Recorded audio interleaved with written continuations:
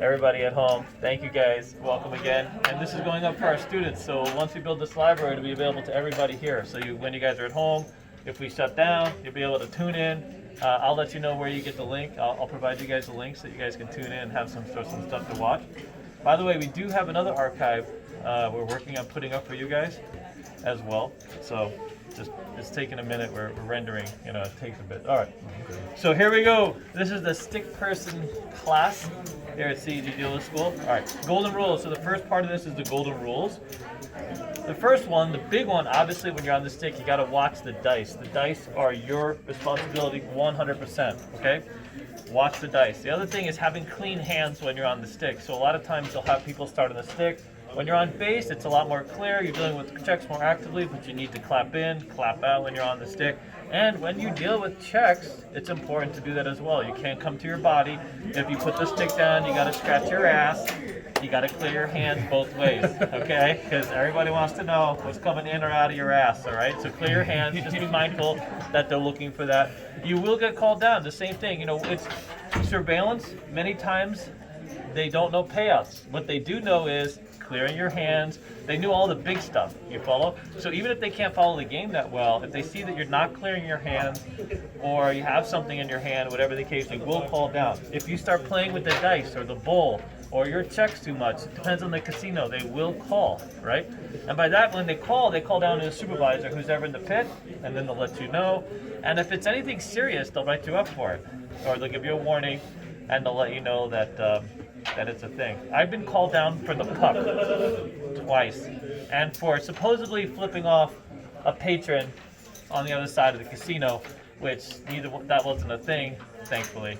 But somehow he had, I don't know how they came to that conclusion, but I have been called down for a payoff one time, a very large payoff, and they were wrong. Surveillance was wrong, so they called up and corrected surveillance, and then I never got called down again after that. But that's the thing.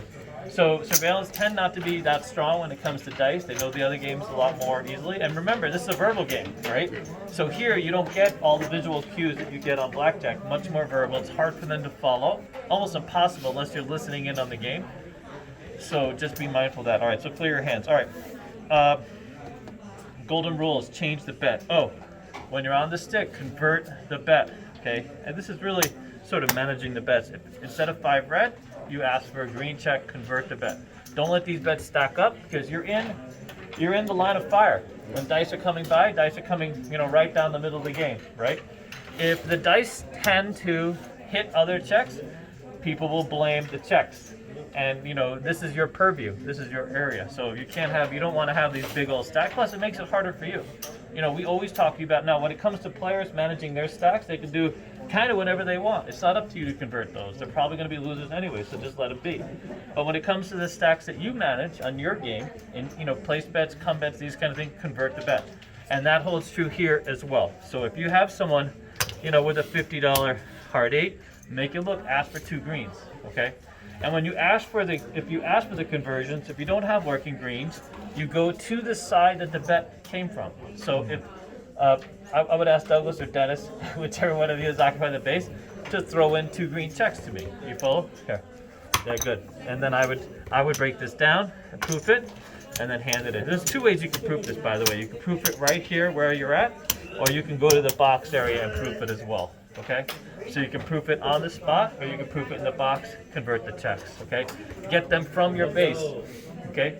It helps to sort of solidify that's where the bet is coming from. That's the bet that you're converting, and it makes it very easy for surveillance to follow. Okay? All right. Okay. Pay what you know. I'm going to get back to that later. Okay? But we're going to pay what you know. We'll get to that later. That's another mechanic of paying the bets. Okay. Watch your side. Okay? Wherever the dice land, that's your side. You have to watch your side until you're done with your side. Then you can move on to the other side. And go from there, okay? So watching your side, it all depends on if you have a side to watch. Maybe you don't have a side. If you don't have a side to watch the other side, right? Don't be like, well, I'm watching my side and there's like nobody there, you know what I mean? And then you come back, everything is in context, okay? If you don't have a box person, there's nobody watching the opposing side, So sometimes you might want to just step back a little bit, right? You're able to get a kind of a full view of the game, and then you can watch both sides, especially if there's not too much action. Right now you got 3 and 3, not hard to kind of keep your eyes on the game and be alert as to what's going on both tables, okay? A lot of casinos now don't have a box person. You're still the stick person. You're still responsible for the action on the game and making sure that the pace of the game, measures the pace of the game, this kind of thing, okay? All right. But on a full game, you're responsible for the side that the dice fall on, okay? Put the stick down. God, it's a thing, man. It's amazing. I've worked at a lot of shitty jobs, and so therefore I've worked with a lot of break-in dealers. And it's amazing. People get on the stick for the first time. They hold on to this for dear life. Just let it go. Let it go. Use 2 hands. Obviously, only when the dice are in the middle. We're gonna get to that in a minute. But put the stick down. Let go of the stick. It's a much better thing. Okay. All right. You control the pace of the game. Do not run over your dealers. Especially when you're starting as a new person, you can end up on the stick.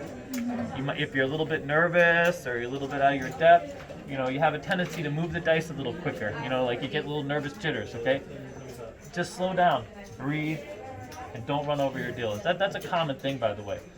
The very few times you're going to run over dealers is there are some casinos who they want you to move the dice on the last bet that's being paid.